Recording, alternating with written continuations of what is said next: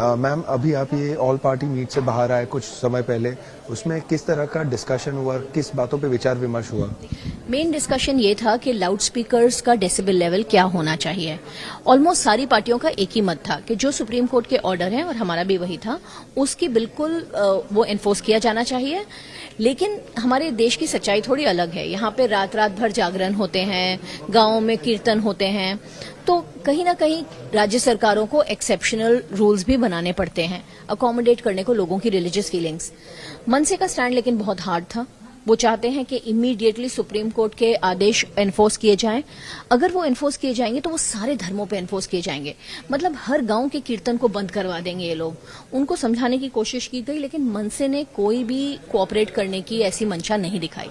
दूसरी और सबसे इम्पोर्टेंट बात यह है कि बीजेपी ने इस मीटिंग से उन्होंने इस मीटिंग में नहीं अटेंड करके एक बहुत ही गलत संदेश दिया है।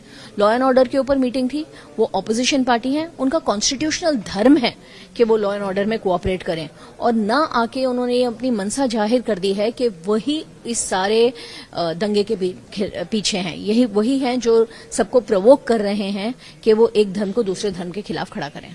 मैम, आपने कहा मनसे के जो रिप्रेजेंटेटिव्स थे उन्होंने कोऑपरेट नहीं किया, इसका क्या मतलब होता है? कौन सी चीज में कोऑपरेट नहीं किया? उनका डिमांड ये है कि जो मस्जिदों में लाउड स्पीकर से आजान होती है, जहां जहां पे वो समय के बाहर या डेसिबल लेवल के बाहर होती है, उसको तुरंत बंद कर दिया जाए 3 तारीख के बाद।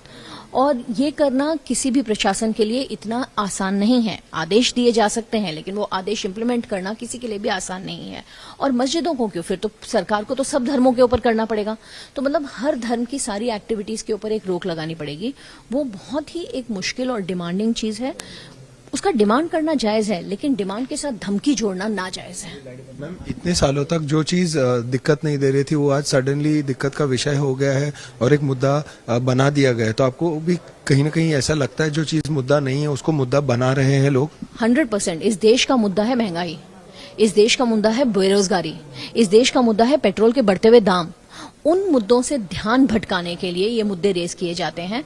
वो हम लोगों को इन कंट्रोवर्सीज में फंसा देती है बीजेपी, और वो उन मुद्दों पे जिन पे उनको काम करना चाहिए उसकी फिर उनको सफाई नहीं देनी पड़ती। तो ये बिल्कुल गलत मुद्दा है।